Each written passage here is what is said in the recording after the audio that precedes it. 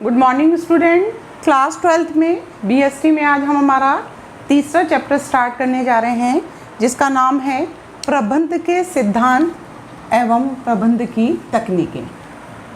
अभी तक हमने ये पढ़ा कि प्रबंध सार्वभौमिक है, यानी जहाँ भी लक्ष्यों को प्राप्त करना है वहाँ प्रबंध होना अनिवार्य है। यानी प्रबंध होगा तो हम हमारे इच्छित परिणामों को प्राप्त कर सकते हैं। और इच्छित परिणामों को भी कैसे प्राप्त कर सकते हैं? कुशलता के साथ, प्रभावीपूर्ण तरीके से। ठीक है, लेकिन अब प्रश्न आता है हमारे दिमाग में कि किस तरीके से प्रबंध किया जाए, यानी प्रभावी प्रबंध कैसे किया जाए, प्रबंधकों में वो गुण और योग्यता कैसे विकसित की जाए जिससे वे अपने पूर्व निर्धारित उद्देश्यों को सफलतापूर्वक प्राप्त कर सकें। इसके लिए ज़रूरी है कि उन्हें प्रबंधकों का प्रबंध के सिद्धांतों को जानकारी हो, क्योंकि आप सभी जानते हैं कि आज प्रबंध एक पेशे के रूप में विकसित हो रहा है, एक पेशेवर रूप में उसे अपनाया जा रहा है। प्रबंध आज प्रतिस्पर्धी वातावरण में करना कुछ आसान कार्य नहीं रह गया है, जिसके लिए आपको टेक्निकल नॉलेज के साथ साथ वातावरण में हो रहे परिवर्तनों का और आने वाली समस्याओं का बहुत ध्यान रखना होता है। तो इतनी सारी चीज़ें हैं, तो आपको प्रबंध के कुछ नियमों और सिद्धांतों को अपने उद्देश्यों को प्राप्त करने के लिए अप्लाई भी करना होगा। तो प्रबंधकों के अंदर वो ज्ञान कहाँ से आए, कहाँ से वो शिक्षित और प्रशिक्षित हों, कैसे वो अच्छे से अच्छे मैनेजमेंट एक विशिष्ट तरीके से कर सकें ताकि वो अपने लक्ष्य प्राप्त कर लें। उसके लिए वो ज़रूरी है कि उन्हें प्रबंध के कुछ विषय के बारे में जो विज्ञान की शाखा के रूप में, ज्ञान की शाखा के रूप में वो एक प्रतिष्ठित हो गया है, उसकी जानकारी भी हो। यानी कला और विज्ञान, आपको मैंने बताया था कि प्रबंध जो है कला और विज्ञान है। तो कला है जो कार्यों को करना सिखाती है, तो जो विज्ञान है वो प्रबंध की ज्ञान का आपके अंदर क्या करता है, नियमों और सिद्धांतों को सिखाता है। तो हमें आता है कि जब किसी भी लक्ष्य को सिद्धांतों और नियमों से प्राप्त किया जा सकता है, तो सबसे पहले ये जाने कि सिद्धांत क्या होते हैं। तो सिद्धांत क्या होते हैं ये मैंने आपको यहाँ पर लिखकर भी बताया, मैं बताती हूँ। सिद्धांत क्या है? सिद्धांत एक आधारभूत सत्य और तत्वों का मूल वितरण है जो कार्यों को सोचने, यानी कार्य को, क्या कार्य है, कार्यों को करने में मार्गदर्शन, की कार्य को किस प्रकार से किया जाए ताकि अपने लक्ष्यों को प्राप्त किया जाए। तथा एक अवस्था में, जब एक अवस्था में हमारे पास दो ऑप्शन होते हैं, दो विकल्प, यानी दो घटकों के मध्य कि ये करने से हमें इस परिणाम की प्राप्ति होगी, यानी कारण और परिणाम के बीच संबंध स्थापित करते हैं। आपको बताऊं, सिद्धांत ऐसे ही नहीं बनते। सिद्धांतों को परिस्थितियों के अंदर बहुत सारे परीक्षणों से गुजरना पड़ता है। जब हम बार बार उसका प्रयोग करते हैं और जब उसके परिणाम सटीक आने लगते हैं, जो कारण और परिणाम में सही संबंध स्थापित करते हैं, हर कसौटी पर खड़े उतरते हैं, वही हमारे लिए नियम और सिद्धांत के रूप में हो जाते हैं। तो सिद्धांत जो होते हैं वो वास्तव में परीक्षणों पर खरे उतरे हुए होते हैं जो आपका मार्गदर्शन करते हैं, और वो किसी भी परिस्थिति में सभी जगह समान रूप से लागू किए जा सकते हैं और कारण और परिणाम में हमेशा समान उत्तर देते हैं।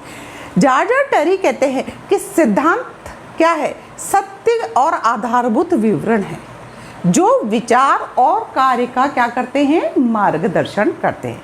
अब आ जाते हैं हम सिद्धांत को लेकर प्रबंध के सिद्धांत पर। प्रबंध के सिद्धांत क्या होते हैं? मैंने आपको बताया कि सिद्धांत सार्वभौमिक है, लेकिन प्रबंध सार्वभौमिक है, लेकिन प्रबंध के सिद्धांत परिस्थितिजन्य है। मैंने आपको पहले भी बताया था, यानी सिद्धांत बने हैं प्रबंध के, लेकिन वे प्रत्येक देश अलग अलग परिस्थिति में अलग अलग रूप से लागू किए। आप अगर सिद्धांतों की बात करें तो मैंने बोला सिद्धांतों में कारण और परिणाम में सटीक संबंध होता है, लेकिन प्रबंध के सिद्धांतों की बात करेंगे तो ये व्यवहारिक होते हैं, ये परिवर्तनशील होते हैं, परिस्थितिजन्य होते हैं। इसलिए प्रबंधकों के व्यवहार और उनके निर्णय लेने में ये क्या करते हैं, एक विस्तृत और सामान्य मार्गदर्शन का कार्य करते हैं। यानी उन्हें बताते हैं कि प्रबंध के सिद्धांत कि ऐसी परिस्थितियों में अगर आप इन सिद्धांतों का पालन करेंगे, इनको अप्लाई करेंगे, तो आपको क्या परिणाम प्राप्त होंगे। उन्हें प्रतिदिन के कार्यों को सरल एवं सुगम बनाने में, कार्य कुशलता में वृद्धि करने में और कार्य के प्रति उचित दृष्टिकोण रखने में क्या करते हैं, ये सहायता। यानी प्रबंध के सिद्धांत जो है प्रबंधकों को उस ज्ञान की अनुभूति कराते हैं कि जो लक्ष्य उन्होंने निर्धारित किए हैं वो किस प्रकार से प्राप्त किए जा सकते हैं। अगर प्रबंध के सिद्धांतों को आप अपनी परिस्थिति और आप प्रबंधकों के सम्मुख उत्पन्न हुई समस्याओं के निवारण के लिए उचित मात्रा में एक से अधिक सिद्धांत या एक सिद्धांत को अप्लाई करने पर परिणामों की प्राप्ति की जा सकती है, तो उस चीज का मार्गदर्शन प्रबंध के सिद्धांत प्रबंधकों को उनके व्यवहार में करते हैं ताकि वे अपने इच्छित परिणामों को प्रभावी ढंग से और कुशलता से प्राप्त कर सके। प्रबंध के सिद्धांतों की बात करते हैं तो प्रबंध के सिद्धांत अलग अलग देश की संस्कृति, वहाँ पर रहने वाले लोगों के दृष्टिकोण, उनके कार्य करने के व्यवहार पर निर्भर करती है। इसलिए हम ये नहीं कह सकते कि प्रबंध के सिद्धांत हमेशा समान ही परिणाम देंगे और प्रबंध के सिद्धांतों को यूज़ करना ही चाहिए। अगर यूज़ नहीं करेंगे तो आपको कोई सज़ा नहीं मिलेगी कि आपने प्रबंध का कार्य किया, प्रबंधक का और सिद्धांत। लेकिन अगर प्रबंध के सिद्धांतों को आप काम में लेंगे तो आप अच्छे परिणाम की प्राप्ति कर सकते हैं और नहीं करेंगे तो अनिश्चितता परिणामों के प्राप्ति में हो सकती है। इसी कारण यह प्रबंध के सिद्धांतों का जो प्रयोग है प्रबंधक आज के आधुनिक युग में निरंतरता के साथ ले रहे हैं। और जब जब इसके अंदर परिवर्तन की आवश्यकता हुई है, क्योंकि जब वातावरण बदलता है तो परिस्थितियां बदलती है, आपके सामने समस्याएं बदलती है, तो आप ये नहीं कि जो प्रबंध के सिद्धांत पहले से चले आ रहे हैं उनको अप्लाई करो और रिजल्ट प्राप्त करो। आपको अगर आवश्यकता है उसमें परिवर्तन करने की तो आप प्रबंध के सिद्धांतों में परिवर्तन करके नए प्रबंध के सिद्धांत भी बना सकते हैं। इस प्रकार प्रबंध के सिद्धांत हमेशा आपको सफल बनाते हैं। आपको मैं बताती हूँ कि प्रबंध के सिद्धांतों का प्रतिपादन बहुत पुराने समय से ही हुआ है।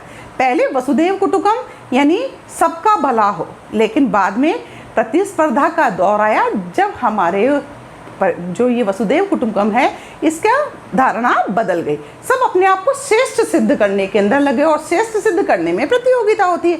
और आज का युग जो आधुनिक युग है वो तो और भी प्रतिस्पर्धात्मक है, विशिष्टीकरण का युग है। ऐसी स्थिति के अंदर आधुनिक प्रबंध की आवश्यकता हुई। आधुनिक प्रबंध जिसे कि हम वैज्ञानिक प्रबंध भी कहते हैं। तो वैज्ञानिक प्रबंध क्या है इसके बारे में मैं आपको अपने अगले लेक्चर में बताती हूँ और उसके सिद्धांत किस प्रकार प्रतिपादित हुए वो मैं आपको टेक्स्ट लेक्चर में बताती हूँ। Thank you very much.